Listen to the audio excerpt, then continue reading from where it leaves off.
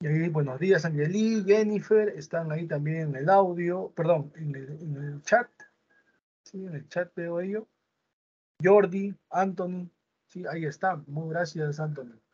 Bueno, entonces estábamos justamente, y su compañera muy bien ha respondido, de que tiene influencia de este vanguardismo. Y en poesía encontramos nosotros, por ejemplo, en poesía encontramos nosotros de que hay rechazan todo sabemos que el vanguardismo rechaza todo lo tradicional. El vanguardismo, de otra manera, va a oponerse a toda expresión artística tradicional, ¿sí? El vanguardismo desarrolló el versolibrismo, eh, continúa con la creación de forma y fondo.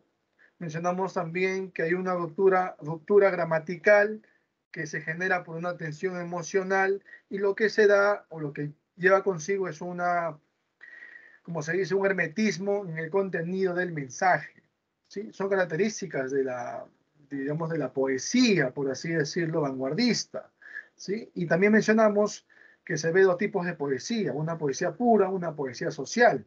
También mencionamos ellos, también inclusive en Alejandro Romualdo, que es el máximo representante en poesía de la generación del 50, desarrolló esos dos tipos de poesía. Poesía pura con la torre de los alucinados. Poesía social con canto coral a Tupac Amaru, que formaba parte de un poemario edición extraordinaria. Sí, habían otros poetas también ahí que mencionamos, como Javier Sologuren, como Jorge Eduardo Gelson. Había una poetisa que escribió Ese puerto existe, canto villano. ¿Recuerdan quién era?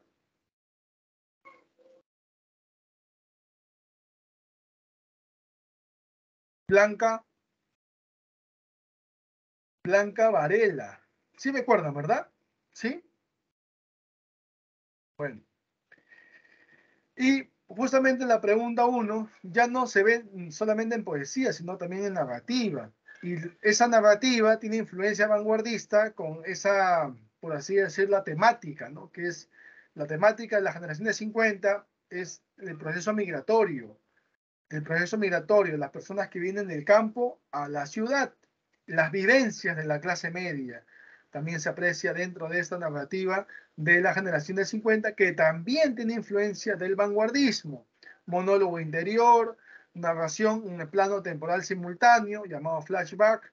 Encontrábamos también ahí el tema de la multiplicidad de puntos de vista, un narrador omnisciente, ¿sí?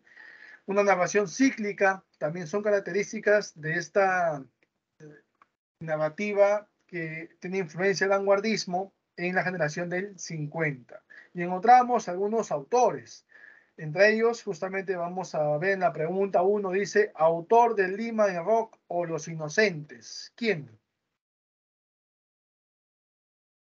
Vamos, han tenido como 7 minutos para poder responder. ¿A quién? Vamos. Clave. Vamos. ¿Quién? Lima Rock o Los Inocentes. ¿Quién es el autor? Vargas Llosa no.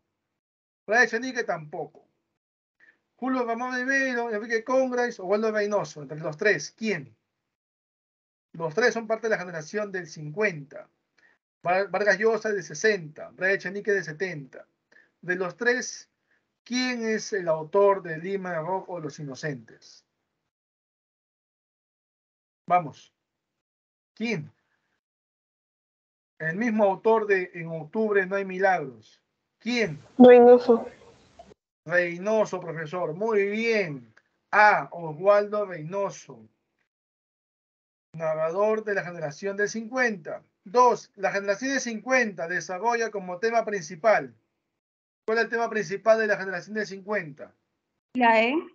La E, muy bien, la migración provinciana a la ciudad, el proceso migratorio y todos los problemas que traían consigo. La problemática del campesino, dijimos, ¿cierto? Polarización social, alienación, tugorización, crecimiento de las barriadas, miseria, pobreza, se apreciaban dentro de lo que era esta narrativa de la generación de 50, producto de esa migración del campo a la ciudad, proceso migratorio.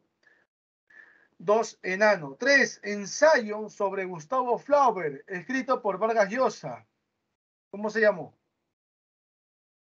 ¿Cómo se llamó el ensayo? Relacionaba al autor Gustavo Flaubert con la obra Madame Bovary y le llamó a él la orgía perpetua. Están las diapositivas en las obras de Mario Vargas Llosa. Está Contra Viento y Marea. ¿Cuál es su último ensayo de Mario Vargas Llosa? Se los puse también en el chat. Es su último ensayo, es su última obra. ¿Cuál es? La La A. No, la clave es la A, la orgía perpetua. Pero yo les estoy preguntando cuál es el último ensayo de Mario Vargas Llosa. La mirada quieta. La mirada quieta 2022. Muy bien, este año ha sido, y se los coloqué en el chat, ¿eh? Se los coloqué en el chat. Bueno, bueno. Ahí también nosotros encontramos, por ejemplo, cuando hablamos de Mario Vargas Llosa, ¿sí? Otras obras más ahí, ¿no? Encontramos, por ejemplo, Pantaleón y las visitadoras, que justamente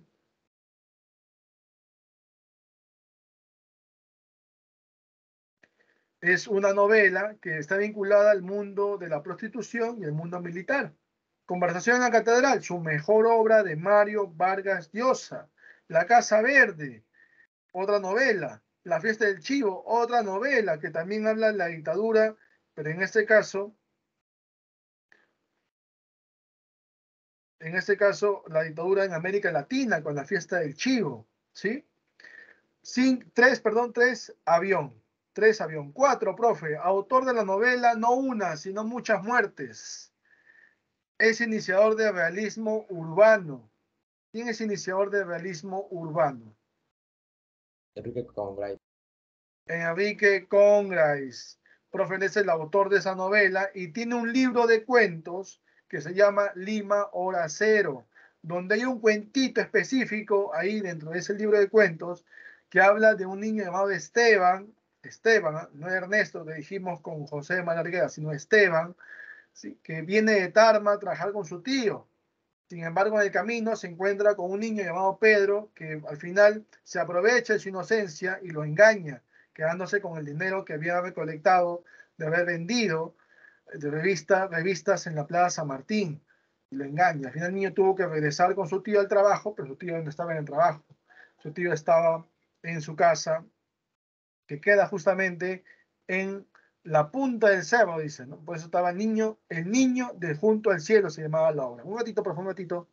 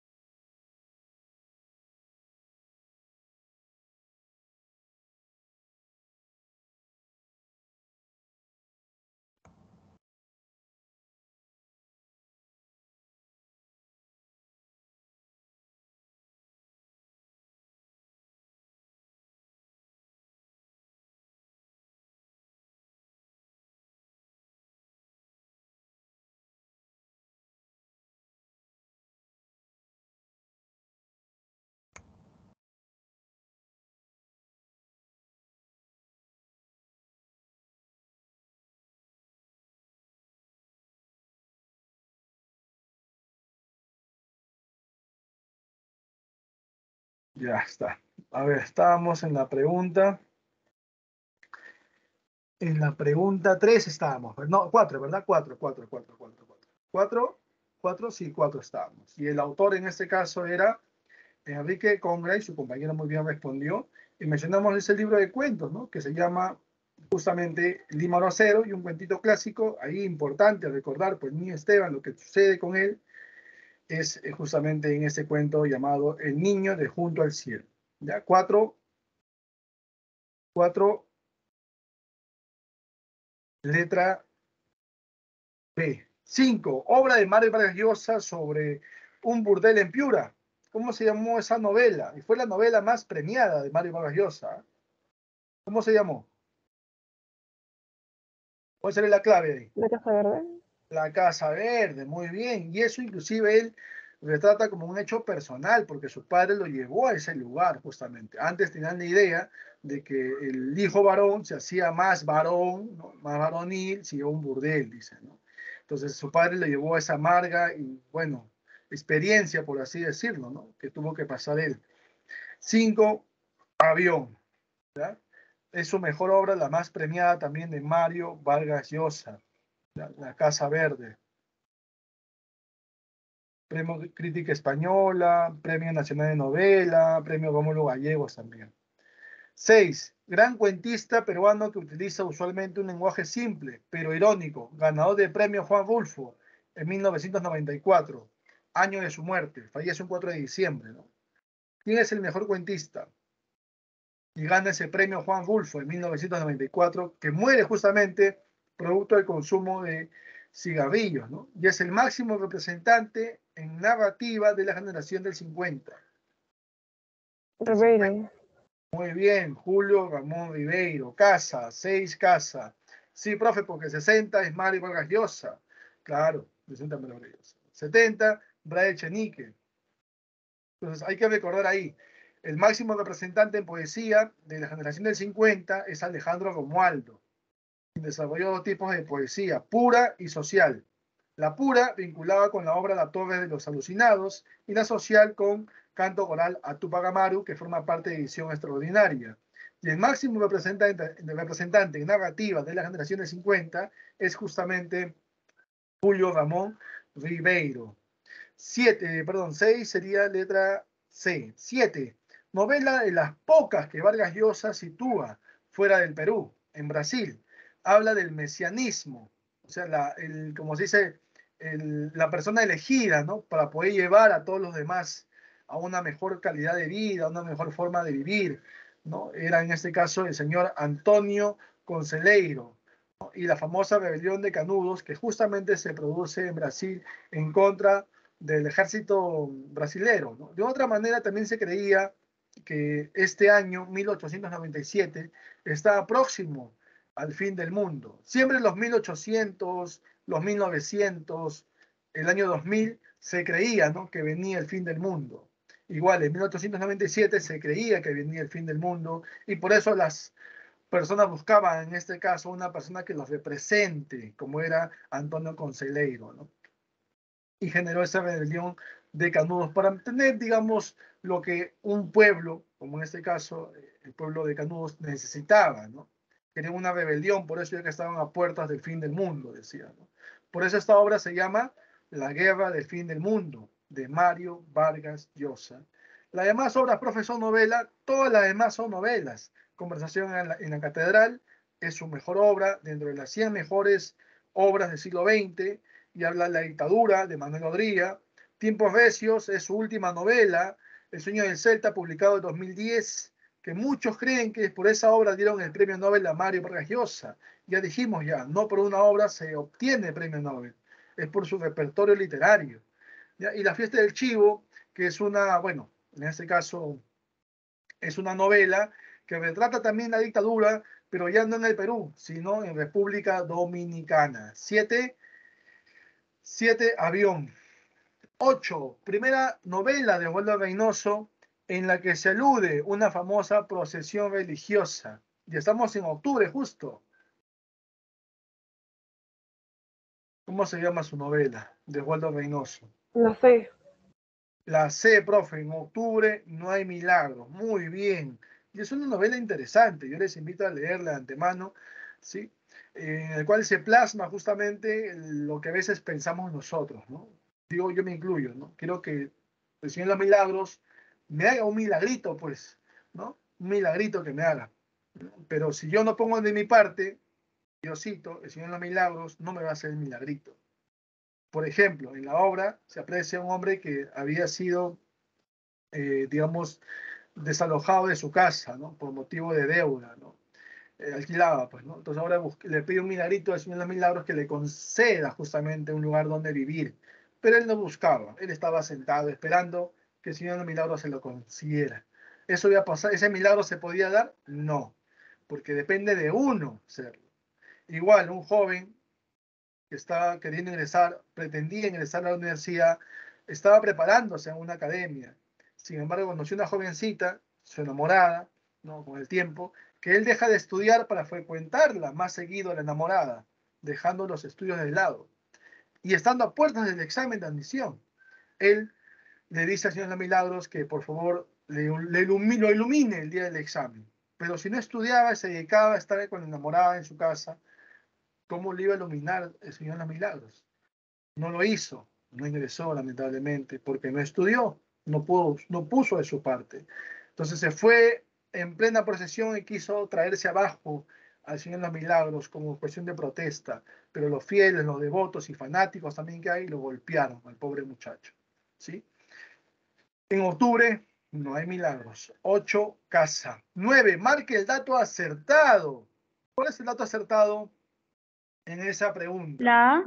La A, muy bien. Mario Vargas Llosa obtiene el premio Nobel en 2010. Exacto. Sí, profe, porque Alejandro Romualdo escribe solo cuentos. No, no solo escribe cuentos, él escribe poesía. Es el máximo representante de poesía. Ribeiro es el mejor novelista peruano, el mejor cuentista peruano, no novelista. Bryce escribió la novela La felicidad, jaja. No es novela, es un libro de cuento. Vargas Llosa publicó su novela Los Jefes, no es novela, es un libro de cuentos. En 1957, libro de cuentos. 9, avión. 9, avión. 10. Indique qué enunciado es correcto en relación a la ciudad y los perros. A ver qué dicen. ¿Cuál sería? En la 10. La C. La C, profe. Muy bien, la C. Refleja el mundo conflictivo de los adolescentes. ¿Sí? En el colegio militar. ¿Cómo se llama el colegio militar? Leoncio Prado. ¿Dónde quedaba? En Chorrillos. Y dentro de ello había un círculo, ¿cierto? Un círculo que estaba encabezado por el Jaguar. Estaba el Boa, estaba el Rulos, estaba Porfirio o el Serrano Cava, que es el mismo, ¿no? Porfirio le decían el Serrano Cava. ¿Quién es el que hurta el examen de química? Él es el que va, de esa manera inicia la obra, con el hurto del examen de química. ¿Ya? Y recordar que ahí los cuatro van a defenderse, van a apoyarse, inclusive ahí vendían licor, vendían cigarrillos a los demás. Ahí encontramos también dentro de ese grupo, esa sección, que no forma parte del círculo, pero son compañeros, está Alberto Fernández, el poeta, el que hacía las novelas eróticas y se las vendía al círculo y el círculo le alquilaba a los demás, un negocio, ¿no? Y ahí con ese dinero el poeta compraba cigarrillos o licor que el círculo vendía, traficaba, por así decirlo. Y está Ricardo Arana, que es el esclavo, quien al final es quien delata a Porfirio Cava, al Serrano Cava, de que él había hurtado el examen de química. ¿Por qué? Porque quería salir, estaba castigado y él no había hecho nada. ¿No? Y dicen el esclavo porque lo tratan de esa manera, lo insultan, lo escupen, lo golpean. Menos Alberto Fernández, que él decía que era su único amigo, que al final inclusive le quita a la enamorada, Teresa, ¿no? Todos esos detalles mencionamos en la clase pasada. Es un mundo conflictivo, pues, que viven estos adolescentes en un colegio militar. 10, casa. 10, casa. Recuerden, ¿eh? La ciudad y los perros es la primera novela de Mario Vargas Llosa y es la obra iniciadora del boom latinoamericano. 11. Huerto Cerrado, Un mundo para Julius, escritas por Alfredo Braz Echenique, pertenecen respectivamente a qué especies literarias.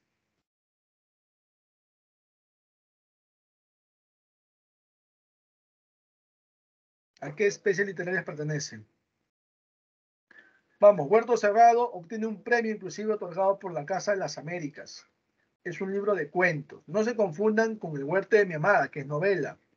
Huerto Cerrado es cuento. Y Un mundo para Julius es novela. Inclusive obtiene un premio, Fomento de la Cultura, don Ricardo Palma, justamente por la Junta Militar de Gobierno de 1970. 11, Beso. 12, perdón, profe, hay otro 11 ya, otro 11. La actitud del abuelo, ¿cómo se llama el abuelo? En Perjuicio de Efraín Enrique, en el cuento Los gallinados sin plumas, ¿qué simboliza? ¿Quién es el abuelo? La La B. B. La B, profe, muy bien. Don Santos y la explotación infantil. 11, Beso, muy bien. 12, el robo de un examen detona el nudo de la novela La ciudad de los perros, de Mario Vargas Llosa. ¿Qué personaje lo hurta y en qué colegio se desarrollan los hechos? Se los acabo de decir. Se los acabo de decir. La D. La D, el Serrano Cava o Porfirio Cava, en el Colegio Leoncio Prado en Chorrillos. 12, Dado. 13, la poesía se divide en dos tendencias. ¿Qué tendencias son? Se los dije también. Pura y social. La B. Pura y social. Beso, muy bien. 14, son poetas de la generación del 50, con excepción, o sea, hay un excepto ahí. ¿Quién es la excepción de la generación del 50? La C. La C, profe, a Eduardo Yelson. Él sí es, digamos, por ejemplo, Blanca Varela, poeta. Alejandro Romualdo, poeta. Jorge Eduardo Jason también es poeta. Juan Gonzalo Rosé también es poeta. ¿Quién no sería el poeta porque es un cuentista, tiene novela también? ¿Quién? Eduardo Zabaleta. Eduardo Zabaleta. ¿Ya? Él es cuentista. Él es cuentista. Los demás sí son poetas. Hay que saber, muy bien, hay que saber, por ejemplo, quiénes son los poetas, quiénes son los narradores de la generación de 50. Solo en ellos me he mencionado una pregunta clásica también que puede darse. ¿Ya? 14, Dado. Él es narrador de la generación del 50. 15, dentro de la relación autor-obra, menciona cuál de ellas no corresponde al rubro poético. ¿Cuál no pertenece al rubro poético? Porque también es narrador también. Profe, Eduardo Yelson, claro, Reison, ahí está Reynolds, es poeta. Pero hay uno que no corresponde, dice. Cantos desde lejos, Gonzalo José, sí. Alejandro Romualdo, edición extraordinaria, donde está el poema, por ejemplo, Coral de Tupac Amaru, ahí está Alejandro Romualdo, en ese poemario, edición extraordinaria. Blanca Verde Seport, también. Entonces, ¿quién sería el que no forma parte del rubro poético? Eleodoro Vargas Vicuña, con su obra Ñahuín. Ñahuín, ahí está Ñahuín. ¿Ya? Es narrativo. 15, enano. 16, ¿qué característica no corresponde a un mundo para Julius? A ver, ¿cuál no corresponde?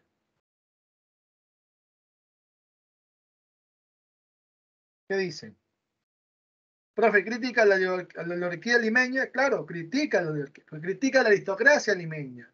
¿Sí? De forma irónica, con un cierto humor.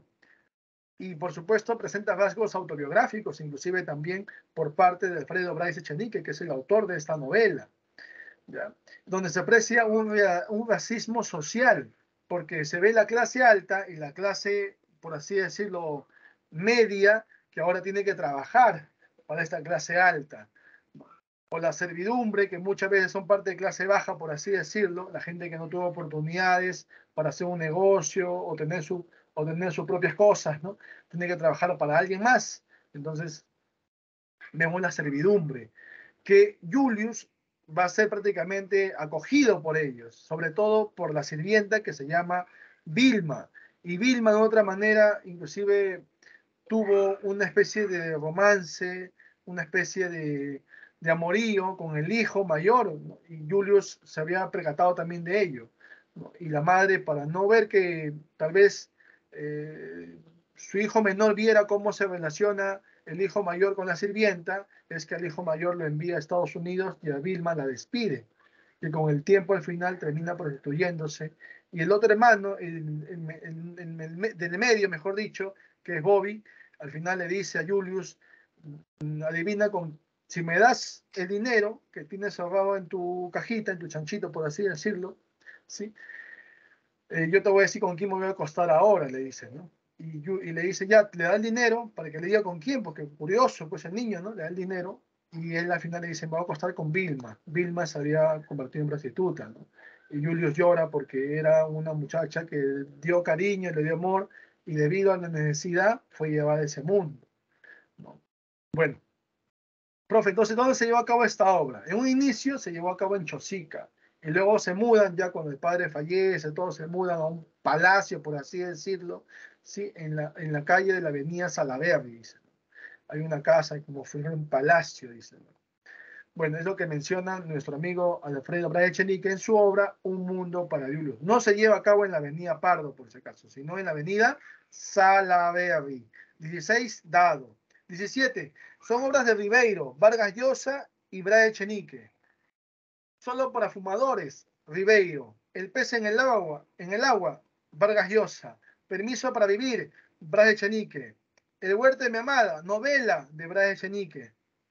¿Cuál no es? Los Inocentes. ¿De quiénes son los inocentes? ¿De quién es los inocentes?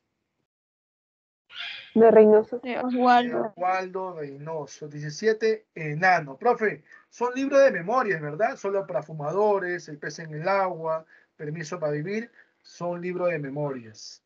¿Ya? 17, Enano. 18, representante de la poesía de la generación del 50. Compuso el canto coral a Tupac Amaru. También lo dijimos ahorita. Que formó parte de Edición Extraordinaria. ¿Quién? El máximo representante en poesía de la Alejandro generación. Romualdo. Alejandro Romualdo. 18, Avión. 19, característica ajena a la generación del 50. ¿Cuál será lo ajeno? ¿Cuál será el ajeno? Profe, expone la vivencia de la clase media. Sí, dijimos, 50 da a conocer las vivencias de la clase media. Del 60, La E. la D o la E. La E.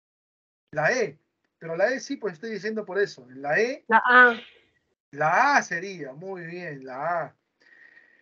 La generación del 50 expone vivencias de la clase media. La del 60 lo que hace es ya no solamente las vivencias, sino la modernización de la clase media, la del 60. Y la del 70 ve la vivencia de esta clase social con la clase alta, las vivencias de la clase alta, la forma como critica la clase alta Alfredo Bryce Echenique. En el 50 se ve discriminación, pobreza, sí, son parte de ello.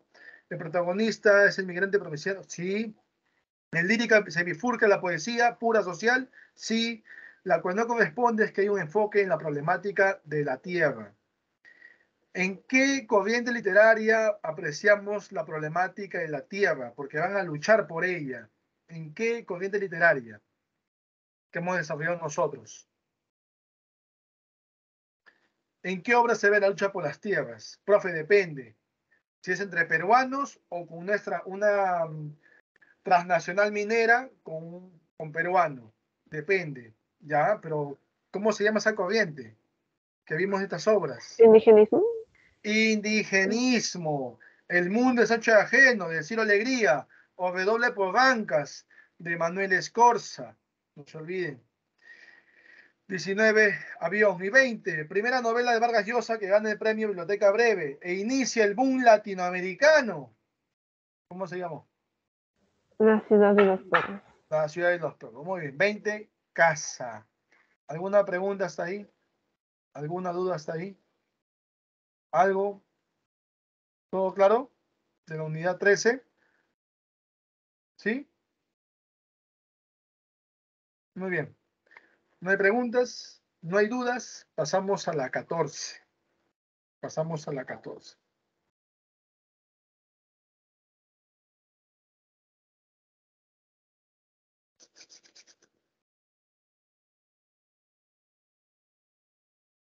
Muy bien. Vamos a hablar lo que es narrativa hispanoamericana. Y aquí vamos a encontrar también algunos datos importantes y más que todo algunos representantes. Y aquí hay que recordar dos momentos: a los forjadores de la narrativa hispanoamericana y a los que son parte del boom de la narrativa hispanoamericana. ¿Ya? Y también hay que recordar a sus autores, por supuesto, con sus obras más importantes, que es la que ahora vamos a dar a conocer. ¿Hay más autores? Sí, pero estamos viendo 6 nada más. 6, vamos a mencionar 6 forjadores de esta nueva narrativa hispanoamericana, o narrativa hispanoamericana, y 4 del boom latinoamericano. Total, solamente vamos a ver a 10. Ahí está Albert Einstein, por si acaso, leyendo su novela, la más importante del boom latinoamericano. No digo la iniciadora del boom latinoamericano es la de nosotros, la del peruano Mario Vargas Llosa, Premio Nobel 2010, ¿sí? La ciudad de los perros, es la iniciadora, pero la más importante es 100 años de soledad, y ahí está Albert Einstein leyéndola. Y acá vamos a encontrar justamente sobre lo que es la novela latinoamericana. Y encontramos que primero tiene influencia el vanguardismo. Se desarrolla a partir de la segunda mitad del siglo XX. Esa novela al final se desintegra. Esa novela clásica se va a desintegrar, se va, digamos, a dejar de lado, porque ya había mucho subjetivismo por parte del autor. Ahora los autores van a mostrarnos bien una realidad oscura, una realidad conflictiva, una realidad que proyecte las características del mundo, este mundo que es intranquilo, inquietante, inestable, caótico. Profe, cuando habla todo eso, me recuerdo a un escritor vanguardista, expresionista, que se desarrolló en Alemania, pero era checo él, pues, ¿no? Y su tema de esa obra era el tema de la deshumanización. ¿A quién me refiero? ¿Quién es el autor y cuál es la obra? Muy bien, Coreisi. Frank Kafka. ¿Y cómo se llamaba su novela corta? La novela corta. La metamorfosis. Muy bien, Valeria. La metamorfosis. La metamorfosis. Muy bien. Ahí encontramos el mundo kafkiano que hablaba, ¿no? Ese mundo que oprime al hombre y lo hace sentirse solo, desamparado, culpable, en vida rutinaria, en soledad, se menciona, ¿no? Muy bien, muy bien, muy bien, muy bien, muy bien. Características influenciadas por el vanguardismo, recuerden, no se olviden, ¿ya? Influenciado por el vanguardismo, todo movimiento, generación, grupo que se desarrolle de 1909 hacia adelante, siglo XX hacia adelante, ¿influencia de qué movimiento? Vanguardismo. Ahí está el empleo del llamado monólogo interior, los soliloquios, la multiplicidad de puntos de vista, la narración atemporal. Profe, narración atemporal, narración en el plano temporal simultáneo. También le llaman flashback. O ruptura del tiempo, también dice. Ruptura temporal, ya también le llaman así, o flashback. ¿Ya? La narración objetiva, o sea, nos muestra la realidad tal como es, ya no punto de vista, tal como es, oscura, caótica, inestable, así nos va a mostrar la novela. ¿Ya? Narrador en todas las personas, ahí en primera, en segunda, en tercera persona, desarrolla un cosmopolitismo narrativo, es decir, lo que se da aquí en nuestro país se da en el mundo. Por ejemplo, y les pregunto antes de la palabra prostitución, que es un flagelo social, ¿cierto? Esa palabra prostitución solamente, o esa actividad, mejor dicho, ya, ¿se da solamente en nuestro país o se da en el mundo?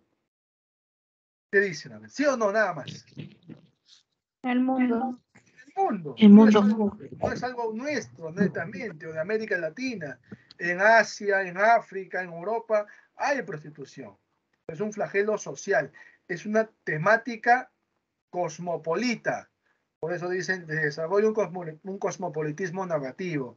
La temática no se va a dar solamente en un lugar, sino en el mundo. ¿Hay delincuencia o no en el mundo? Claro. ¿Hay pobreza o no en el mundo? Claro. Y antes del siglo XX, antes, se hablaba de la pobreza, o estaba vinculado más que todo al amor, bueno, con el realismo como que ya comienzan, pero con un tono subjetivo, ¿no? Pero sí se apreciaba ya. Pero con el vanguardismo ya se ve la pobreza vinculada a la cuestión social, a la cuestión inclusive de la persona que muchas veces no quiere prosperar. Dice, no, no hay trabajo, dice, no hay trabajo. Sí hay trabajo, sino que tú quieres un trabajo acorde a tus tiempos, quieres ganar más sin tener tal vez los estudios determinados, ¿no? Quieres ganar más o tener más dinero, por así decirlo, sin cumplir el horario determinado. Entonces son cuestiones que se ven, pues, ¿no? Y antes no se mencionaba eso, por ejemplo, ¿no? Entonces son cuestiones que se dan con este cosmopolitismo narrativo. Profe, también un detalle más, la corrupción. Corrupción en todos lados, en todos los países del mundo hay corrupción. Unos más, otros menos, claro. ¿Sí? ¿Qué más? ¿Qué más? A ver, ¿qué otro flagelo más podemos encontrar? A ver, que hablen estos autores. La dictadura. ¿Hay dictadura o no en el país? Ha habido, profe. Claro, ha habido muchos dictadores en nuestro país. En América Latina todavía hay unos cuantos. ¿Sí? Y en Europa también ha habido. En África también ha habido. Y hay también. En Asia también ha habido. Y hay también. ¿Sí? Entonces, es un cosmopolitismo narrativo, por eso se llama, ¿ya? La temática es universal, por así decirlo. Encontramos la incorporación de elementos oníricos, los sueños, las alucinaciones, los deseos reprimidos, ¿sí? Lo lúdico. ¿Por qué lo lúdico? Porque el autor juega, interactúa con el lector. El autor interactúa con el lector. Inclusive hay un autor que se llama, o el desarrollo, mejor dicho, la llamada novela experimental. Y le dice al lector, ¿quieres entender mi obra? Lee estos números en esta secuencia. Tal página, tal página, tal página, con esta página, y ahí me vas a entender. Porque si tú quieres leerlo, léelo de corrido, pero vas a tener dudas. En cambio, siguiendo la secuencia que yo te doy, vas a esclarecer todo. Interesante, ¿no? Interesante. Bueno, encontramos también vamos a encontrar que urge, dice, un narrador de participación activa. Por eso muchas veces el narrador es omnisciente, está presente en todo momento y sabe cada parte de lo que forma, de lo que va a desarrollarse, inclusive te da adelanto de lo que va a desarrollarse en la obra.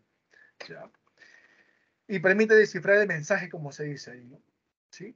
Hay una profundización en el análisis psicológico de los personajes. Ahí tiene influencia del psicoanálisis. Y si tiene influencia del psicoanálisis, hay un ismo de la vanguardia que también tiene influencia del psicoanálisis. Y es un ismo que impactó con fuerza en América Latina, incluyendo, por supuesto, nuestro país.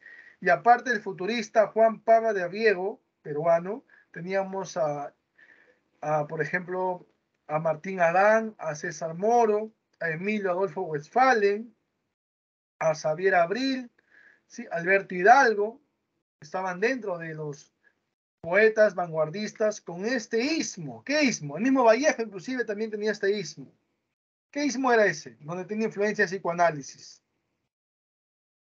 ¿Recuerdan? Donde se desarrollaba la escritura automática y la presencia de los sueños, de la libido, de los deseos reprimidos, se plasmaban ahí.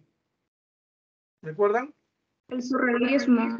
Muy bien, Coreisi. Excelente. El surrealismo también.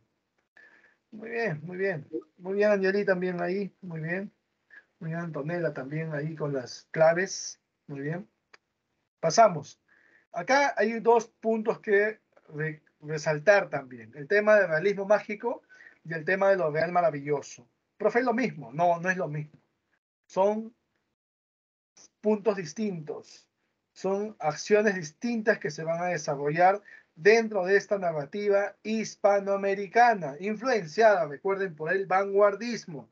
El realismo mágico es una corriente literaria que surge a mediados del siglo XX. Surge a mediados del siglo XX. Hay mucha captación, dice el lector en Hispanoamérica, por las obras narrativas, como son la novela y el cuento. El escritor hace uso de los procedimientos narrativos más ricos y más variados para acercarse a la historia, al entorno del hombre americano, ¿sí? En una lograda fusión de localismo y universalidad. Lo que se desarrolla aquí se desarrolla en el mundo.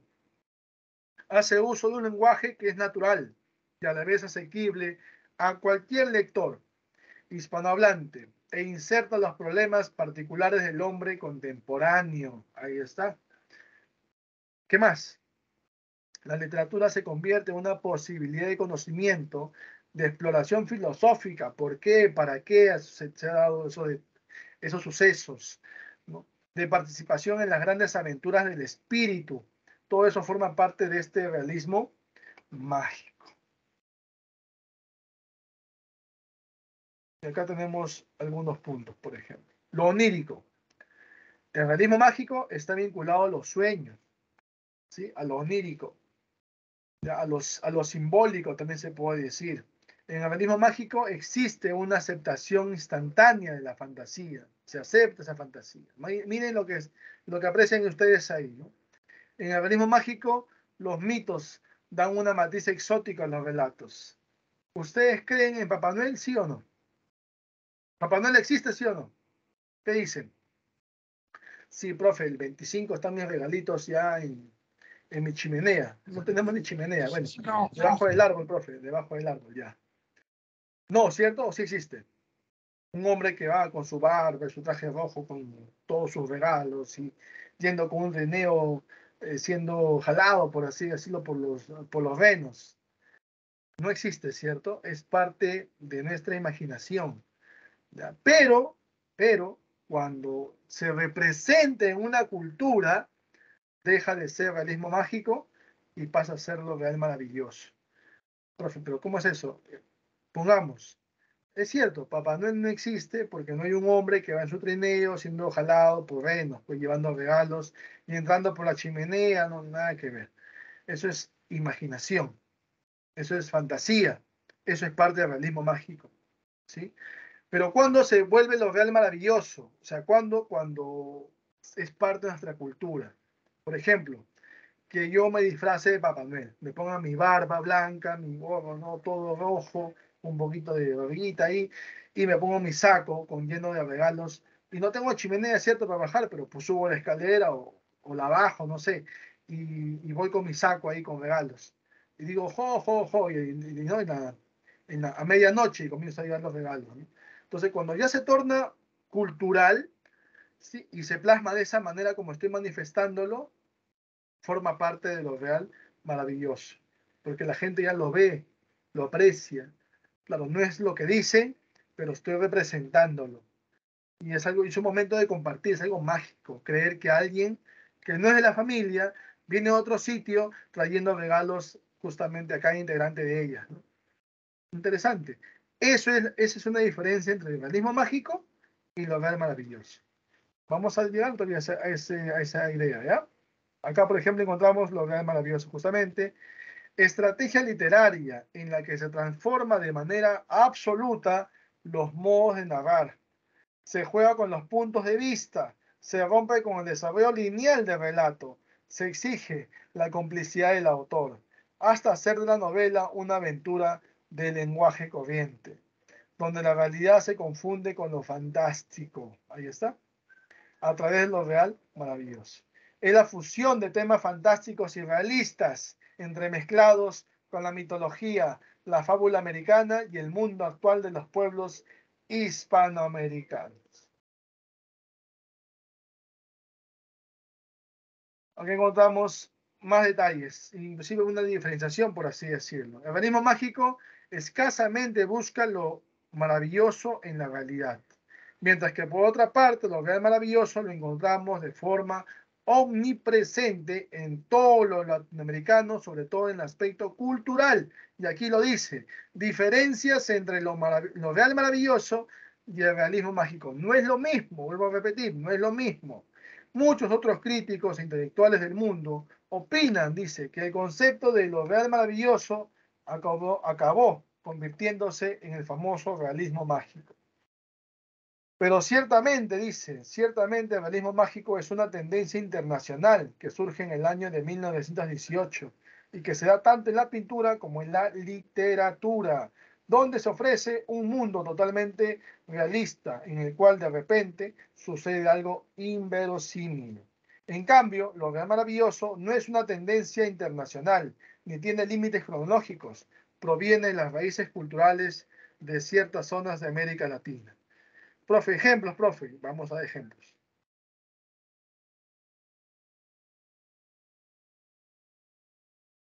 Vamos a dar ejemplos, a ver, acá vamos a ver otra diapositiva con ejemplos, a ver, ahí está.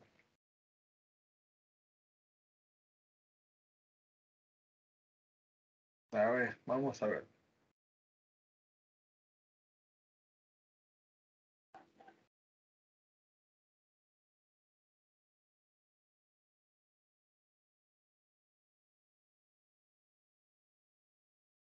Muy bien. Justamente dice el realismo mágico, manifiesta algo extraordinario e imposible de ocurrir e irreal, ahí está el término, e irreal, dice, e irreal, ¿sí? Y se comenta como algo común. Ejemplo, mencionar en este caso gigantes, hadas, o gente que vive 400 años, miren lo que dice, ¿eh?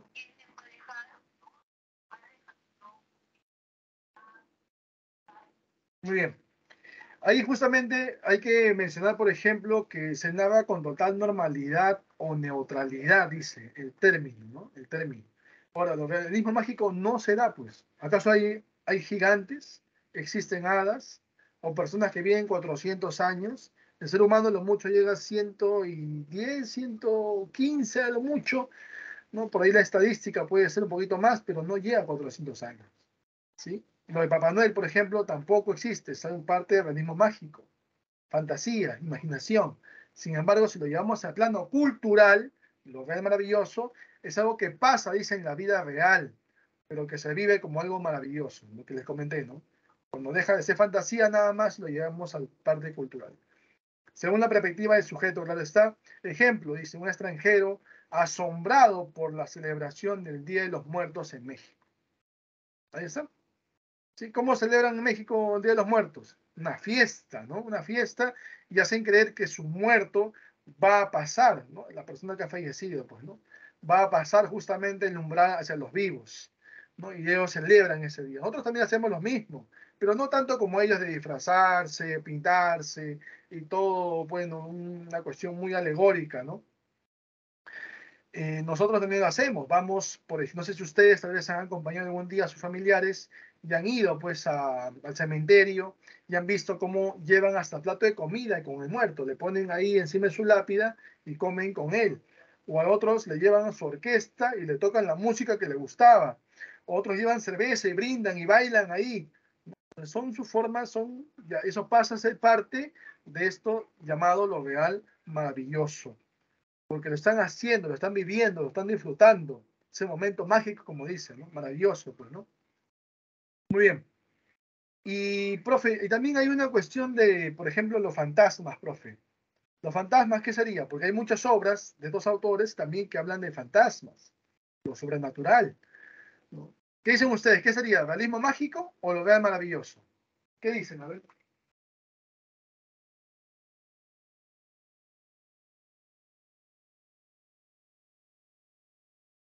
¿Qué dicen?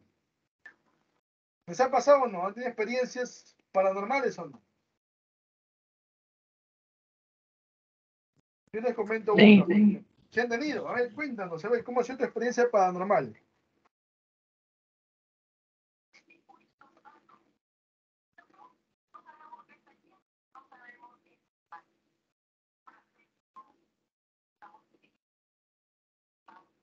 Cuéntanos, a ver, ¿cómo ha sido tu experiencia paranormal? Yo les comento una, por ejemplo.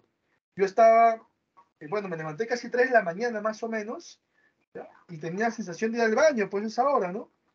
Vi la hora y dije, bueno, baño. Cuando prendo la luz de la sala, veo una mujer con su cabello largo, así tipo de Laro, vestida de blanco, con su cabello largo así, y va apuntándome. Y yo, por supuesto, me quedé sorprendido, anonadado, pues, ¿no? Lo que estaba pasándome. Y lo que opté yo fue requintar, ¿no? Mis abuelos me decían, cuando te pasa algo así, tú requinta, ¿no? O sea, insulta, ¿no? y automáticamente esa persona, bueno, ese ser, mejor dicho, se metió al baño. Y mi madre tiene la costumbre de colocar todos los almanaques ahí del año, de varios lugares que le dan, lo adorna después el almanaque. Todos esos almanaques se cayeron cuando ese ser ingresó. Y yo estaba pues preocupado. Entonces, pero me orinaba también, quería al baño, pues. Y metí al baño requintando y tuve que levantar todos los calendarios, ¿no? Y los almanaques, ¿no? Y salí. Apagué la luz y salí. Pero fue un momento muy, muy vivencial, la verdad. Por eso digo siempre, no es que a veces uno dice, no, no existe. Bueno, yo creo que sí. Yo creo que sí. A mí me pasó. ¿Ya? Bueno. Entonces, ¿qué sería? ¿Realismo mágico? ¿Lo real maravilloso? Dependiendo, profe. Es algo real. A mí no me ha sucedido, yo no creo. Perfecto. Sería entonces parte del realismo mágico.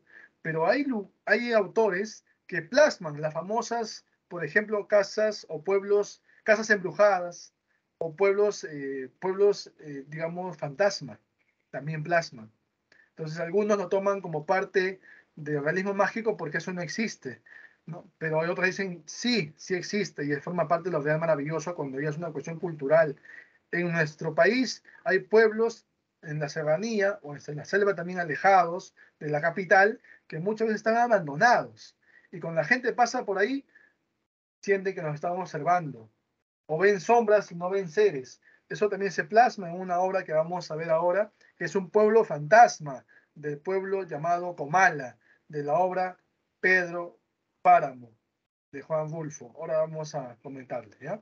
Entonces vemos ahí la diferencia entre el realismo mágico y lo real maravilloso. Ya sabemos que no es lo mismo, no es lo mismo. Inclusive el realismo mágico se desarrolló en Europa y lo real maravilloso se desarrolló aquí en América Latina. ¿Sí? Es más nuestro, por así decirlo. Pero algunos autores toman en cuenta el realismo mágico y otros toman en cuenta lo real maravilloso. Esta imagen, por ejemplo, ¿qué sería? ¿Realismo mágico o lo real maravilloso? ¿Vinculado qué estaría? ¿Qué dicen? ¿Vinculado qué estaría? Mágico. Realismo mágico, profe, porque como un barco va a estar flotando. Los del fondo sí están en el mar, pero este de aquí está flotando y eso es parte del realismo mágico. Muy bien, muy bien. Aquí es lo que tenemos que detenernos. Ahí está este autor, justamente es uno de los forjadores de la nueva narrativa latinoamericana, 1940 a 1960. Justamente se menciona, dice, aplicaron las técnicas narrativas contemporáneas, influenciado por el vanguardismo. Ahí está el monólogo interior, también se ve la ruptura del tiempo, ahí está.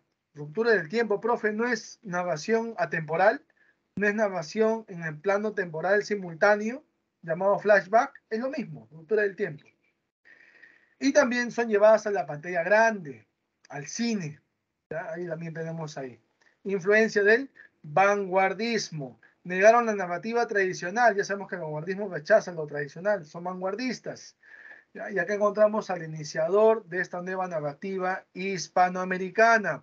Él es el uruguayo Juan Carlos Onetti. Juan Carlos Onetti justamente es quien inició la nueva narrativa latinoamericana con su obra El Pozo, de tendencia política. ¿Ya?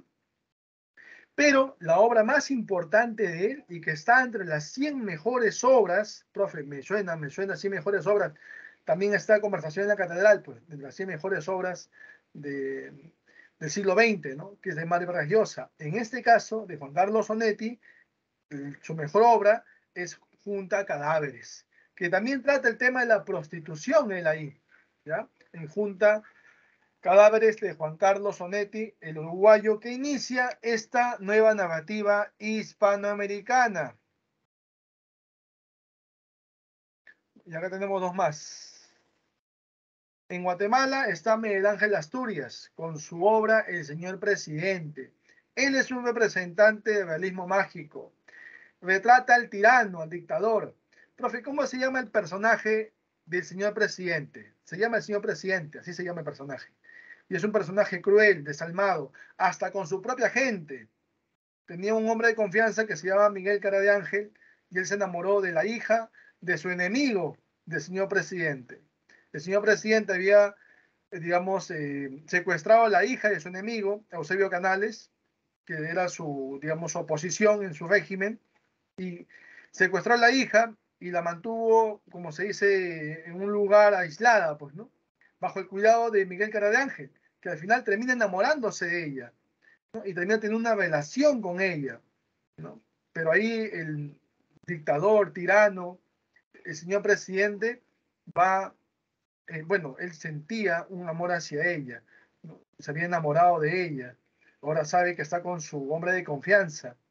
Bueno, a él lo va a maltratar y lo va a encerrar en un calabozo y le va a hacer creer a ella que se ha ido con otra mujer y a ella, y a él, perdón, le va a hacer creer que se ha casado con él, con el señor presidente.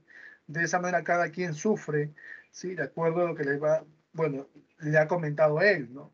Al final Miguel de Ángel muere en ese calabozo y ella al final escapa, ¿no? Escapa porque ya el pueblo, la población de Guatemala estaba cansado de la forma como este tirano llevaba las riendas de su gobierno y como la vida de todos los de Guatemala, pues, ¿no? Así que ellos van a sublevarse y van a amotinarse y van a ir contra él, contra este dictador, pero nunca lo encuentran, él desaparece. Por eso es parte de este realismo mágico, en la forma como desaparece y dice que en un momento determinado, en otra parte del mundo, aparecerá este dictador. Y no se equivocó, hay dictadores y aparecen y desaparecen en el sentido de que, bueno, acaba su régimen y aparece en otro lugar otro dictador, ¿no? Entonces, a eso se refiere Miguel Ángel Asturias, quien es el premio Nobel de los forjadores que nosotros estamos viendo, ¿sí? En 1967, ¿ya? Es el premio Nobel de los forjadores de la nueva narrativa hispanoamericana, Miguel Ángel Asturias. Solamente vamos a ver a 6 nada más, 6 forjadores, hay masa, pero solamente en 6 nos vamos a centrar. Ya vimos a Juan Carlos Onetti, el segundo es Miguel Ángel Asturias de Guatemala, Juan Carlos Onetti de Uruguay, ¿ya? Y tenemos en México a Juan Rulfo. Él es el que desarrolló esa novela llamada Pedro Páramo, también entre las 100 mejores obras del siglo XX. Ahí encontramos el pueblo de Comala, cuyo personaje principal se llama Juan Preciado. Profe, si la obra se llama Pedro Páramo, ¿por qué no el personaje principal es Pedro Páramo? Es el hijo el que desencadena esta trama del pueblo de Comala en sí. Pedro Páramo abandonó a su esposa, Dolores Preciado, y a su hijo, Juan, que no lleva el apellido de Páramo porque no lo quiso reconocer, lleva el apellido de la madre, Juan Preciado, los abandona y él se va con otra mujer en la cual él va a servirle también como si fuese su administrador, su segundo en el pueblo que ellos, de Comala, que ellos justamente estaban, como se dice, a cargo, responsables del pueblo. Ella era la matriarca del pueblo, pero era muy explotadora también. Entonces, cuando ella muere, enferma y muere, el pueblo festeja. Y su segundo, que es Pedro Páramo, llora desconsoladamente y quiere vengarse de estos pobladores del pueblo de Comala que se alegran.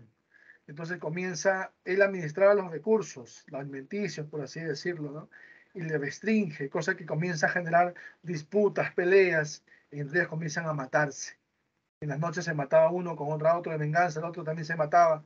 Al final se estaban asesinando en el pueblo. Y una persona que es asesinada violentamente, su alma pena en ese lugar. Al final a Pedro Páramo también lo van a matar, ¿sí? Y su alma también va a penar. Por eso es que el pueblo de Comala se convierte en un pueblo fantasma. Y Juan Preciado, por otro lado, su madre estaba enferma ya, muy enferma, estaba a punto de morir, estaba en su lecho de muerte, como se dice, y le dice, Juan, Juan, eh, prométeme, prométeme que vas a traer a tu padre contigo, de donde está, vas a traerlo contigo y vas a hacer que te reconozca como su hijo, prométemelo, le dice. Y su hijo, Juan Preciado, le abraza a su madre y le dice, está bien, madre, le dice, te prometo que voy a traerlo conmigo. Y su madre fallece. Y es ahí donde él dice, bueno, a su madre la vela, la entierra y dice, ¿para qué buscarlo? ¿Para qué? No tiene sentido, ¿sí? Así que y lo dejo ahí mejor. Que haga su vida, yo hago mi vida, mi madre descansa en paz, no hay problema. Y se echa a dormir. Se echa a dormir, despierta, bueno, y se pone a hacer sus cosas, se vuelve a echar a dormir otra vez, ¿no? Y en su sueño ahora se presenta a su madre y le dice, Juan, ¿y la promesa?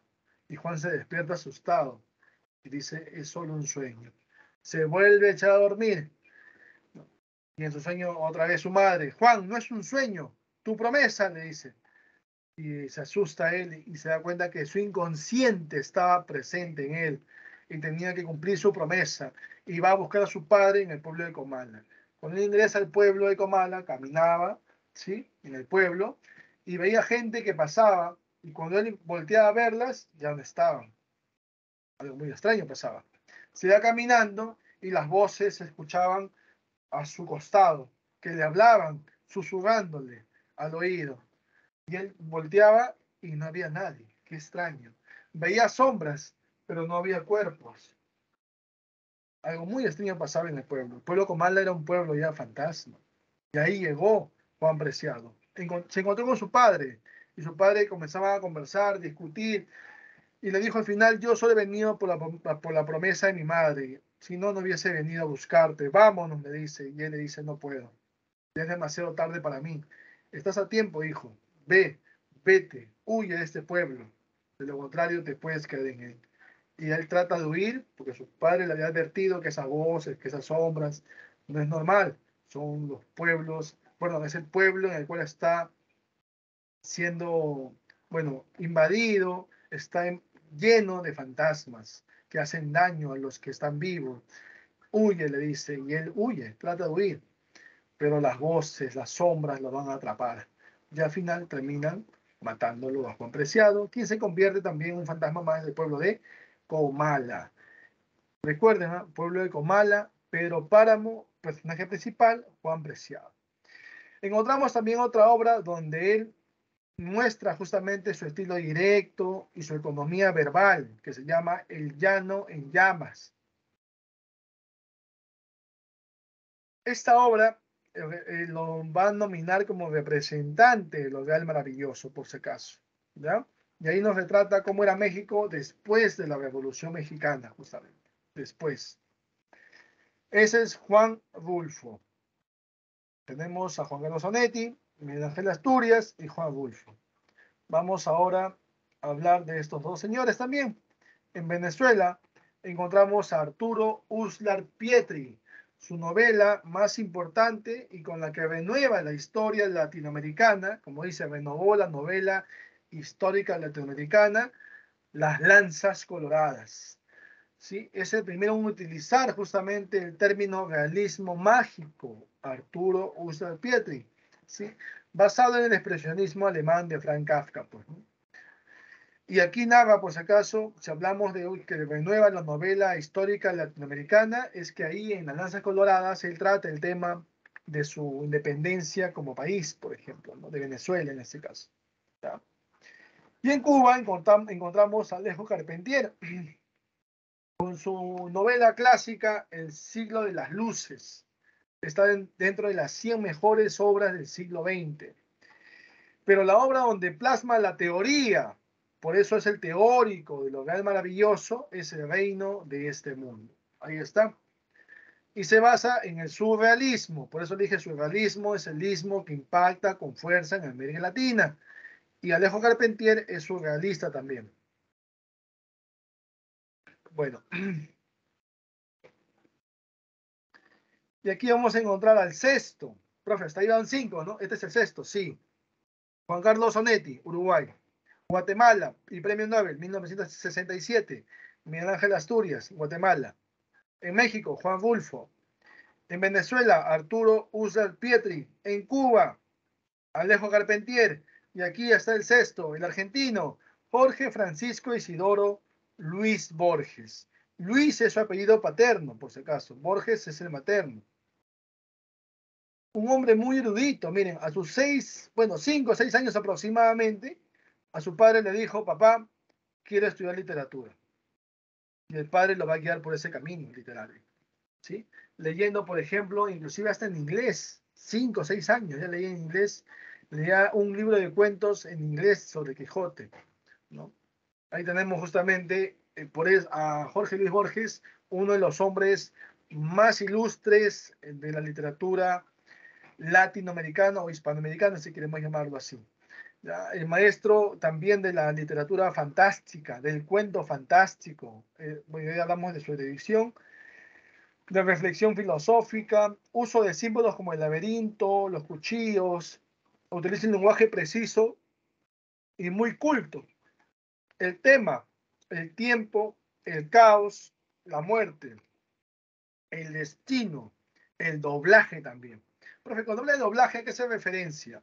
Él menciona que nosotros tenemos en alguna parte del mundo un doble, que está haciendo ahorita tal vez lo mismo que nosotros.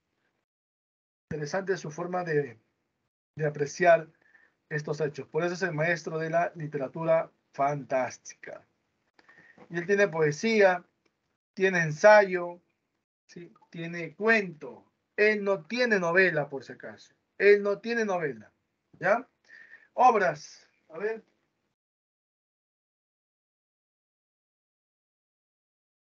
Encontramos ahí Fervor de Buenos Aires, influenciado por el ultraísmo. Encontramos Luna enfrente, ¿sí? Cuaderno de San Martín, Para las 6 cuerdas, La Rosa Profunda, La Cifra. En poesía, fue pregunta de Seprevia, señorita joven, Fervor de Buenos Aires. Y en las claves también estaba La Rosa Profunda. Y la clave justamente giraba en aquella obra que tiene influencia del ultraísmo, que es Fervor de Buenos Aires. Estuvo aproximadamente un par de años en Argentina, perdón, en España, el argentino Jorge Luis Borges, en España, un par de años, y tuvo influencia del ultraísmo, que justamente lo desarrolló Gerardo Diego, el autor de Romancero de la Novia, no sé si se acuerdan, Vía Crucis, integrante de la generación de 27. Bueno, y después de 3 años o 2 años aproximadamente se desestima, lo deja de lado y se pasa al surrealismo. Jorge Luis Borges, Fervor de Buenos Aires, es el poemario más emblemático. En obras, ensayos, seguimos. Con ensayos tenemos ahí Inquisiciones, El tamaño de mi esperanza, El idioma de los argentinos, Evaristo Cabiego, Discusión, Historia de la eternidad, Nueva refutación del tiempo, Otras Inquisiciones. Son obras en ensayo. O sea, Jorge Luis Borges tiene poesía, tiene ensayo y tiene libro de cuentos. Las clásicas aquí están resaltadas de rojito, que han venido ya como alternativas. En lo que viene a ser la pregunta de literatura, por si acaso, ¿no? En ensayo sobre todo, ¿no? En ensayo. ¿Ya? Y en cuentos encontramos Historia Universal de la Infamia, El Jardín de los Senderos que se bifurcan, Ficciones, El Alep, La Muerte y la Brújula, El idioma de Brody, el informe de Brody, El libro de arena. Son obras, son cuentos de Jorge Luis Borges y los más emblemáticos son Ficciones y El Alep. Inclusive en Ficciones hay un cuento que se llama Historia del traidor y el héroe. Ahí está Jorge Luis Borges con su secretaria, María Kodama. Fue la mujer que le acompañó los últimos días de vida a Jorge Luis Borges, que inclusive heredó una enfermedad de su padre, la ceguera. Muy bien. Ahora pasamos al llamado boom latinoamericano. A ver, cuando hablamos de este boom latinoamericano, hay que mencionar lo siguiente. Voy a sentar un ratito, aunque sea, porque ya me cansé de estar parado también. Sentado cansa, todo cansa. Estar sentado, estar parado. Bueno, y justamente cuando hablamos del boom latinoamericano, hay que mencionar que se desarrolló en la década del 60. Década del 60, profe, generación de 60, claro, justamente aquí tenemos pues a Mario Vargas Llosa. Él es iniciador de este boom latinoamericano. ¿Con qué obra, profe? La ciudad y los perros, ya lo dijimos, ya estamos repasando. Y recordemos que tenía influencia también de la llamada revolución cubana. Y la revolución cubana en su momento fue muy influyente porque se veía una especie de libertad del pueblo latinoamericano contra ese país norteamericano, ¿no? Pero después se arrepintieron porque se convirtió en lo que, digamos, se convirtió en lo que tanto ellos decían que iban a lograr, ¿no? Acabar con la pobreza. Y al final el pueblo terminó siendo más pobre de lo que es, ¿no? Entonces, bueno, muchos que seguían en su momento, por lo que estaba pasando en un inicio, ¿no? Luego se desestimaron y se dieron cuenta que era un engaño, ¿no? Y al final, aquel que decía luchar por la pobreza, al final terminó siendo el único rico con su familia, sus amigos y su entorno, ¿no? Eso pasó en Cuba. Los Castro, los Chávez, son una de las familias más ricas en el mundo. Pero su pueblo, ¿cómo está? ¿Mm? Para analizar y reflexionar. Muy bien. Otro punto dice, fue una mezcla de calidad y madurez literaria, ¿sí? Con gran éxito editorial. O sea, las editoriales van a cumplir un papel muy importante en este boom latinoamericano. Le llaman boom porque hay una explosión, hay una gran difusión de las obras literarias. ¿Y quiénes las llevan a cabo? Las editoriales. ¿Y por qué? Porque ven las obras que tienen calidad y tienen la madurez que el autor ahora la plasma. Como La ciudad de los perros, casi en más de 100 idiomas. Casi más de 100 idiomas. La ciudad de los perros. Y más de 100 idiomas tiene todavía la obra de Gabriel García Márquez, 100 años de soledad, por ejemplo. Interesante, ¿no? Ese dato. ¿Ya? Las editoriales traducen las obras a otros idiomas, son difundidos de manera mundial.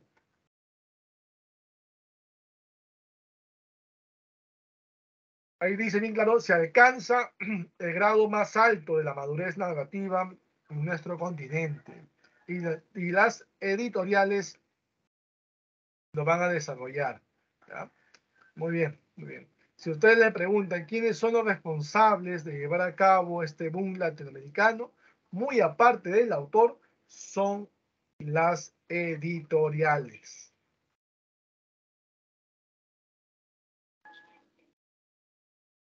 Ya tenemos a los representantes de este boom latinoamericano. A ver, vamos a comentar, a ver.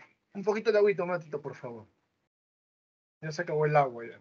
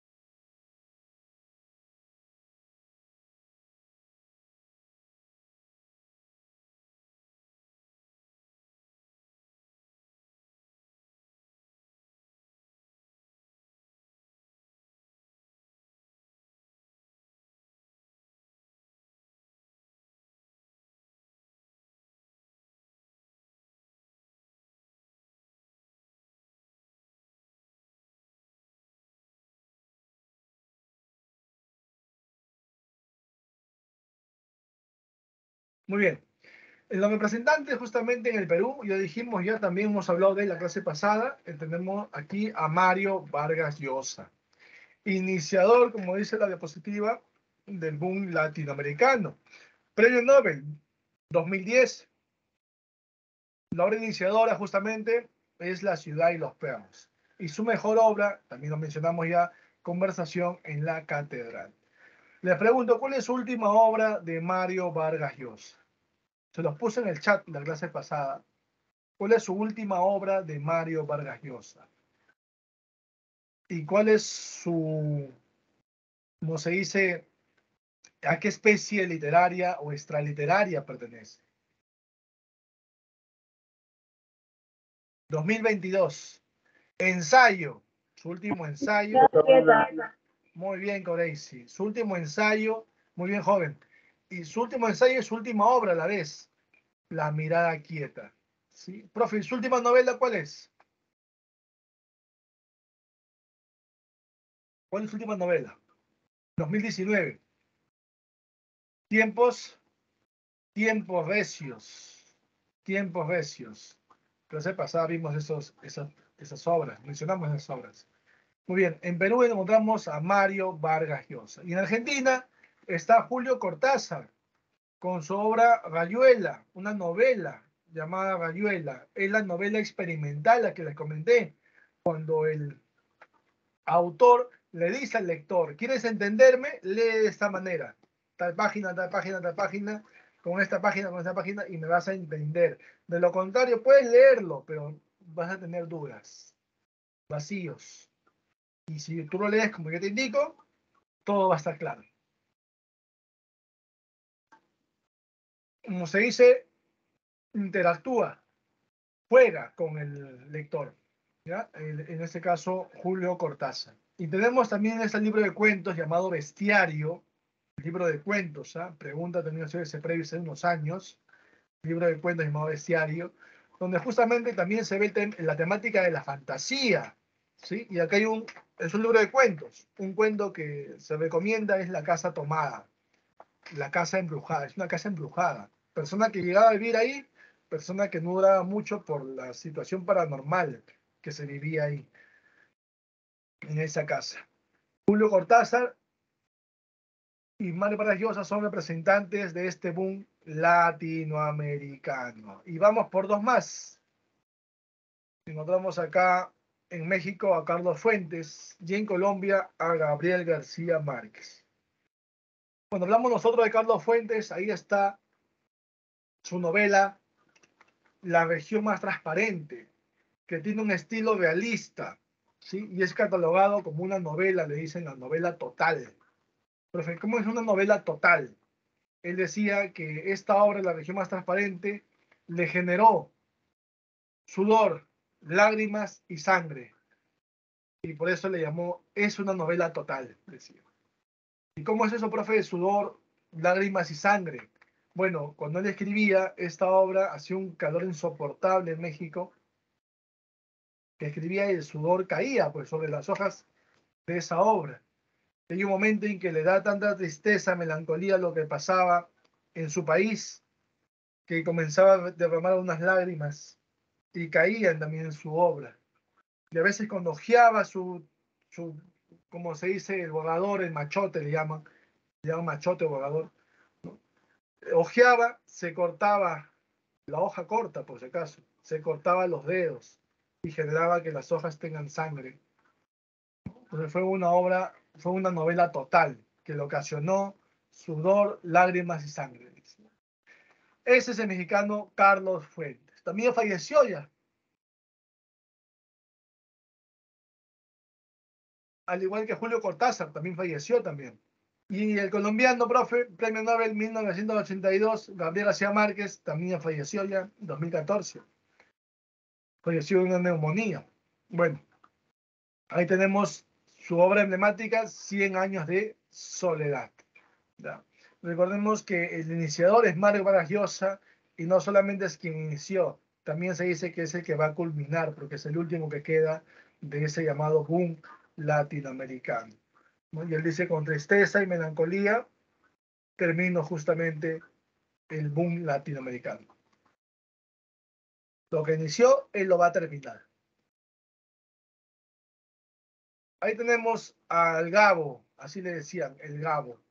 Gabriel José de la Concordia García Márquez, 1928, y falleció en 2014. Premio Nobel colombiano, 1982, por si acaso. Obras. Él tiene cuentos, tiene crónica, tiene novela, ¿sí? Tiene libro de memoria. Vamos a ver, tiene el libro de discursos, tiene varias obras que mencionar. En cuentos tenemos Los funerales de Mamá Grande, una de las obras más importantes justamente de Gabriel García Márquez. También está Ojos de Perro Azul, ¿sí? La increíble y triste historia de Cándida Heréndira y su abuela desalmada. 12 cuentos peregrinos, ahí están cuentos, ¿sí?, de Gabriel García Márquez.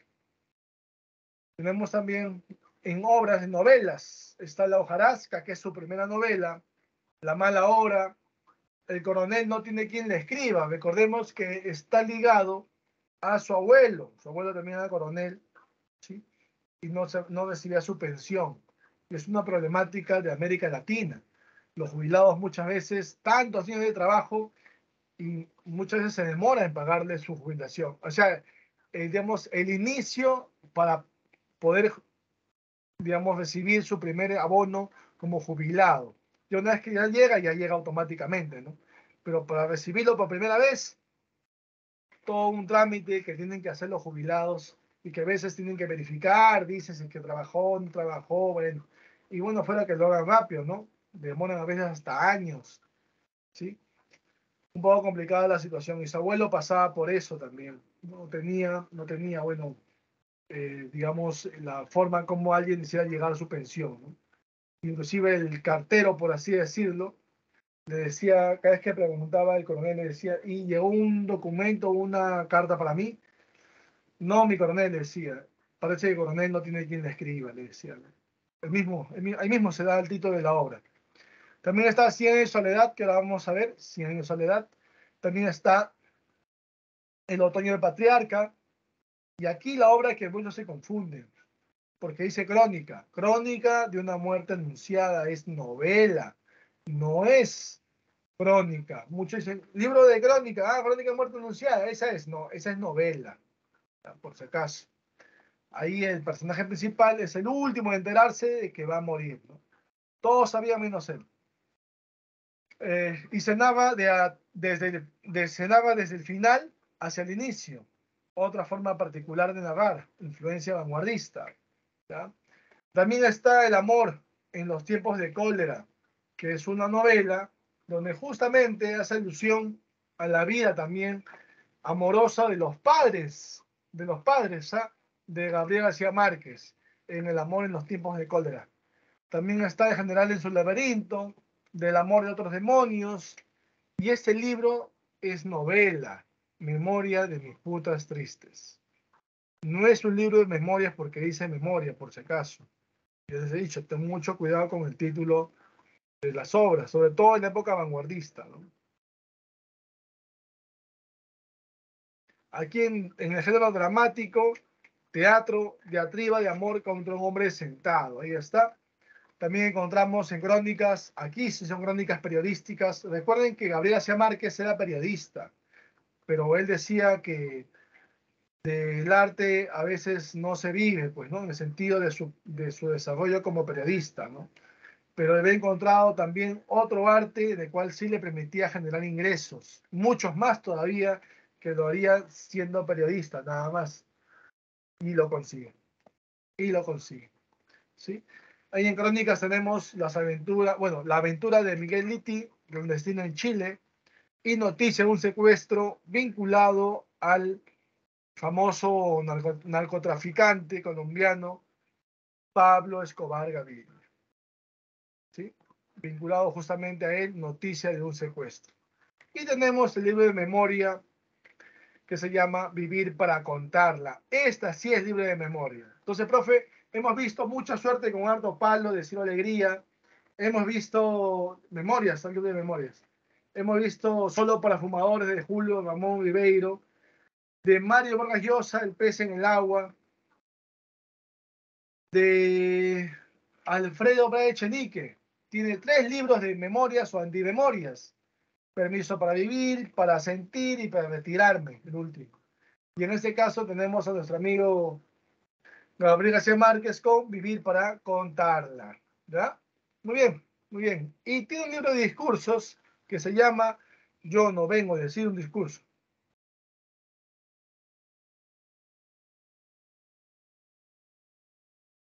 Y encontramos aquí 100 años de soledad. Ahora sí vamos a pararnos. Queda mucho tiempo sentado también. Cansa. Todo cansa. Muy bien. Aquí justamente encontramos este detalle.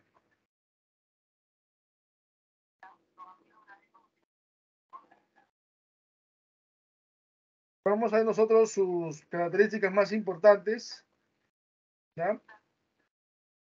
Encontramos ahí, por ejemplo, ya sabemos, género narrativo, vinculado, miren, a realismo mágico. ¿Ya? Vinculado al realismo mágico.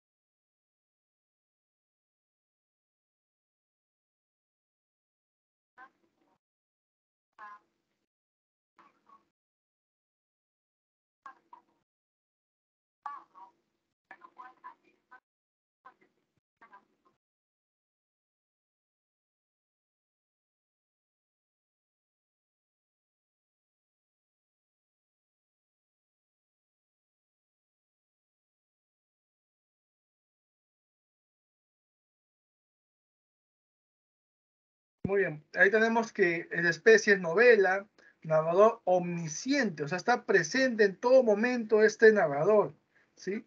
Ruptura de la linealidad del tiempo, descripciones precisas, variedad de personajes insólitos, situaciones cómicas e inusuales, inclusive dentro de la obra, lenguaje con cierta musicalidad y narración cíclica.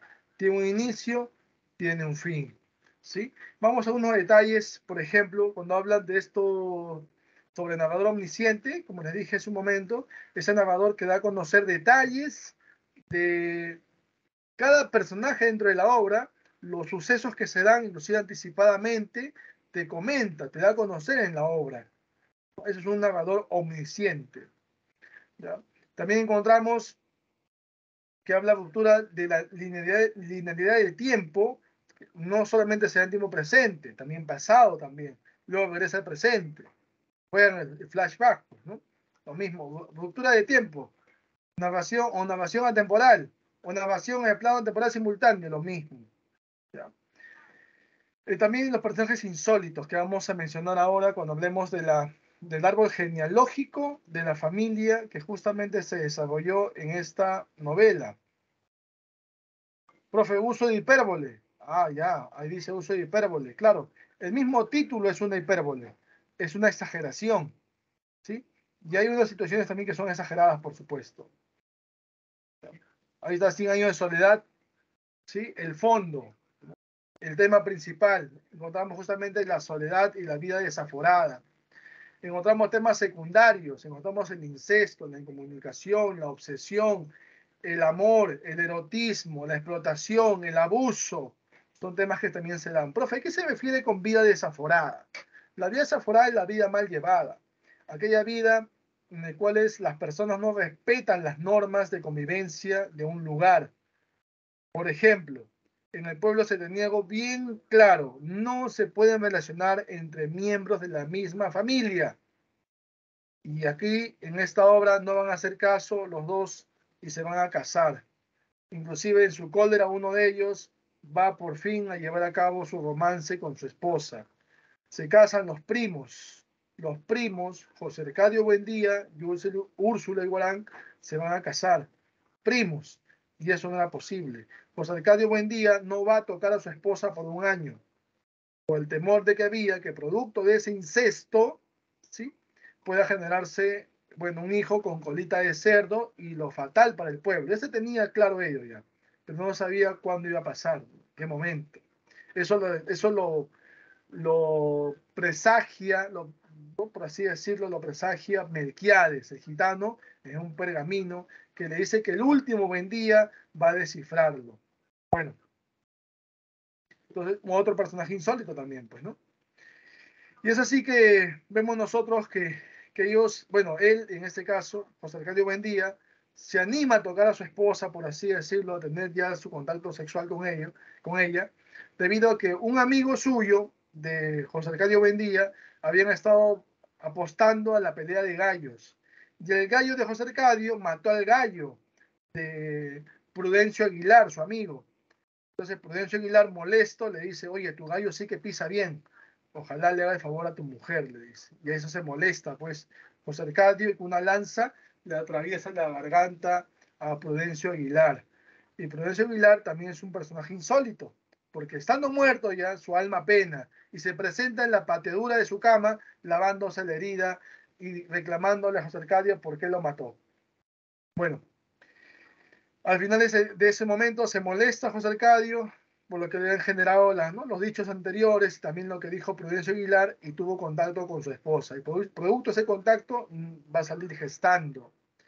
Ellos vivían antes en un pueblo llamado Río Hacha, ahí está el nombre en la diapositiva, Río Hacha. Y luego, cuando ya se nota el embarazo, dice, mejor vámonos porque van a empezar a recriminarnos, mejor vámonos del pueblo. Y no se van solos, hay un grupo que va a seguirlo. Lo que pasa es que el pueblo era muy conservador. Y José Arcadio, Úrsula, eran de un pensamiento liberal. Al final terminan yéndose del pueblo Río Hacha.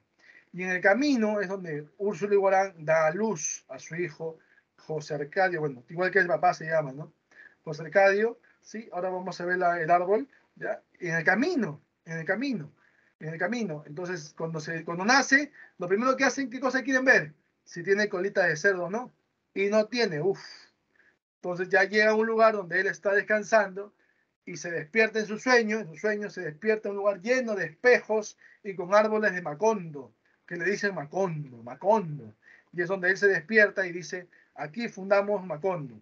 Y todos comienzan a hacer vida ahí en ese lugar que habían prácticamente sido parte del producto de los sueños de José Arcadio.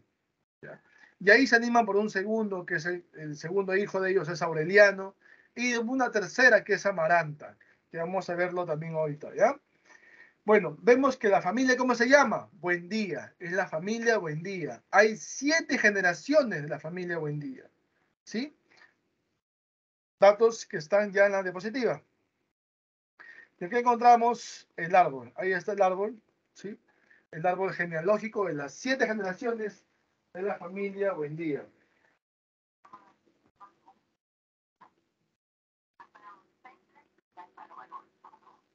Y aquí, por ejemplo, encontramos nosotros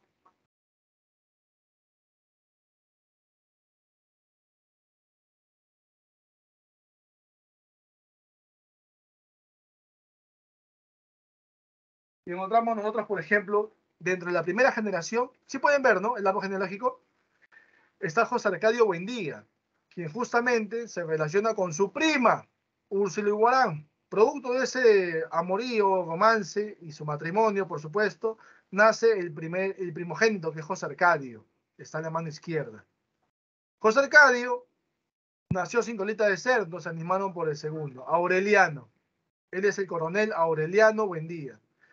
Luego nace Amaranta. De ellos, quienes van a tener su descendencia, ellos son parte de la segunda generación ya. La tercera generación van a ser Arcadio, hijo de José Arcadio con Pilar Ternera. Y cuando fallece José Arcadio, Aureliano consuela a la cuñada y va a tener un hijo con ella, Aureliano José. Y Aureliano, ya que era coronel, ya tuvo 17 mujeres y en cada mujer tuvo un hijo. Ahí están los 17 aurelianos. Cuando ya van a la casa, la madre le dice, Úrsula Iguarán, la abuela en este caso, madre de Aureliano, de coronel Aureliano, le dice, ¿cómo es posible? Le dice, que no reconozcas a tus hijos. Es que no son míos, decía, negaba él. Pero se parecen a ti, son igualitos. Por eso los voy a llamar, todos van a ser aurelianos, todos. ¿Y cómo lo diferenciaba? Por el apellido de la mamá. ¿Ya?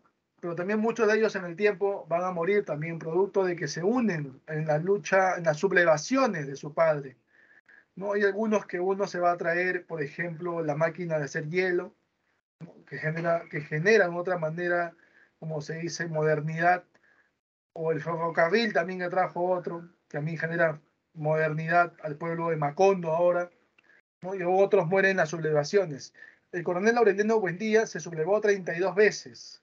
Después de fracasar 32 veces y ver tanta gente morir en sus celebraciones, menos él también un poco así deprimido, ¿no? Desconsolado, firma la paz, ya no quiere saber más de sus relaciones y quiere morirse. Y va a un doctor para que le diga en qué parte de su cuerpo puede dispararse y morir en un instante. Y le dice, bueno, dispárate aquí, le dice en esta parte. Para eso el médico había investigado que hay una parte del cuerpo en el cual entra la bala y puede salir sin dañar un solo órgano vital. Entonces, el coronel Aureliano dijo, aquí me disparo, sí, y se disparó. De esa manera él pensó que iba a morir él mismo. No, la bala ingresó y salió sin dañar un solo órgano vital. La tesis del médico acertada, pero Aureliano pensó que ni la muerte lo quería. Entonces se fue a refugiar en su casa. En su casa, ¿qué hacía? Brochecitos en forma de peces, de oro, ¿sí? Terminaba de hacerlo, luego otras lo fundía, otras los hacía, otras lo fundía, y así se pasó hasta los últimos días que va a desaparecer el pueblo de Macondo. Es un personaje insólito también dentro de la obra. Melquiades, que es el gitano que le da el pergamino a José Arcadio Buendía. Melquiades le da el pergamino donde justamente le manifiesta de que el último Buendía va a descifrar por qué motivo puede darse este hijo con colita de cerdo, ¿no? Por así decirlo, ya un poco adelantando, ¿no? Y el último Buendía justamente es Aureliano Babilonia, profe, pero no se apellida Buendía, es que por parte del padre, pues tenía otro apellido ya. La madre lamentablemente no le da el apellido, pues, ¿no? Ahora, esa tercera generación va a tener sus hijos, como Arcadio, tiene 3 hijos. Remedios la Bella, decían Remedios la Bella porque hombre que se enamoraba de ella terminaba muriendo. Al final dice queda, como se dice, virgen, ¿no? Y asciende a los cielos, dice. Bueno, parte de la obra. También otro personaje insólito también. Está José Arcadio II, está Aureliano II, son gemelos los dos por si acaso. El que tiene descendencia es Aureliano II, tiene 3 hijos. Una de ellas es Amaranta Úrsula, otra es Renata Remedios, y el otro es José Arcadio, de los cuales de Renata Remedios se relaciona con un mecánico cuya madre de ella se oponía, que es justamente Fernanda del Carpio. No quería saber nada pues de su yerno, por así decirlo, porque ella quería un hombre de clase, pues no un mecánico para ella. Pero sin embargo se va a relacionar y producto de ese romance va justamente a, bueno, por así decirlo, ¿no? Va a nacer el último Aureliano, el penúltimo sería en ese caso, ¿no? Que es Aureliano Babilonia, ¿ya? Entonces, él es quien descifra el pergamino de Melquiades, que una vez le entregaron al patriarca de los Buendía, que era justamente José Arcadio Buendía. Él descifra y en el descifrar encuentra de que no debe relacionarse con ningún miembro de la familia, o sea, el incesto.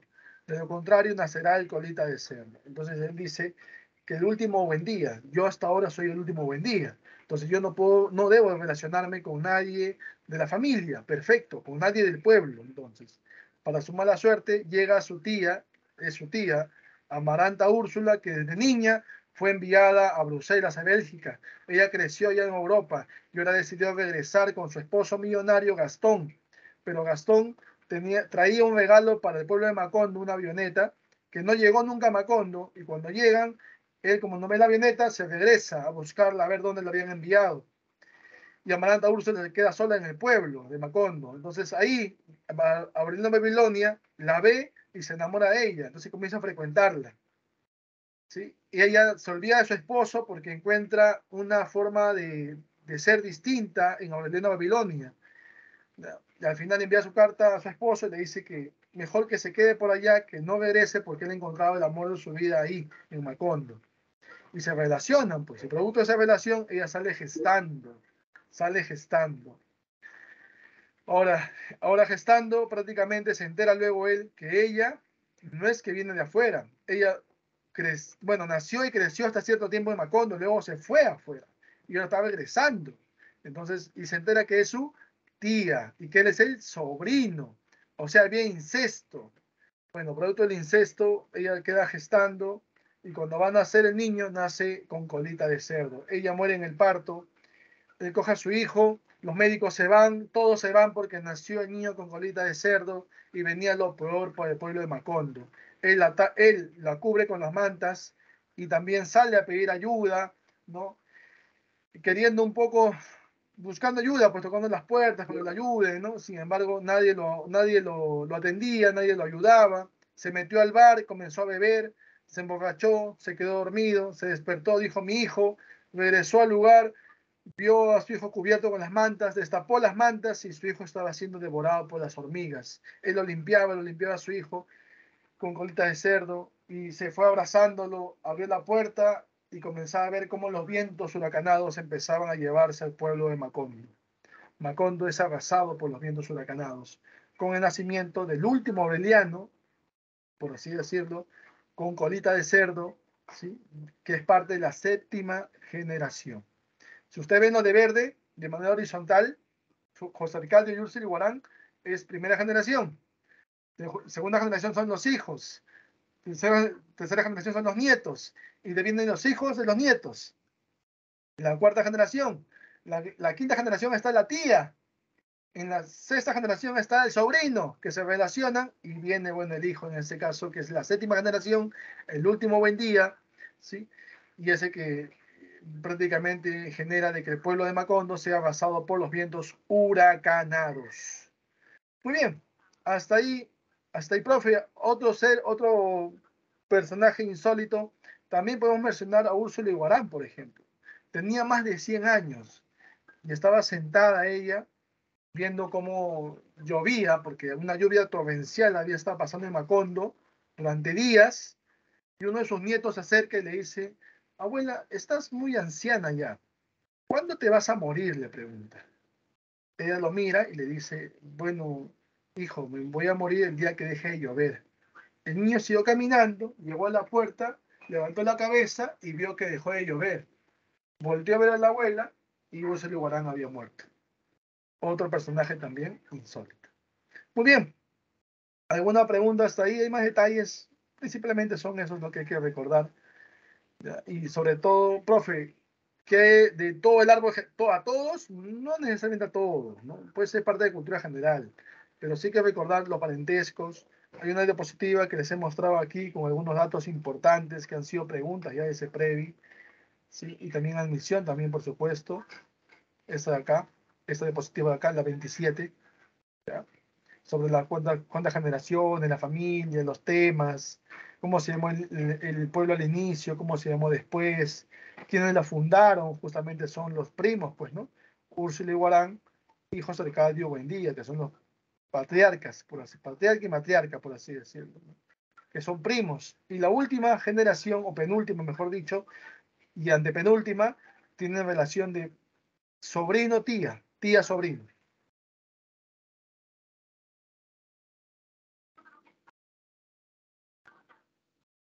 Bueno, ¿hay alguna pregunta, alguna duda de esta unidad?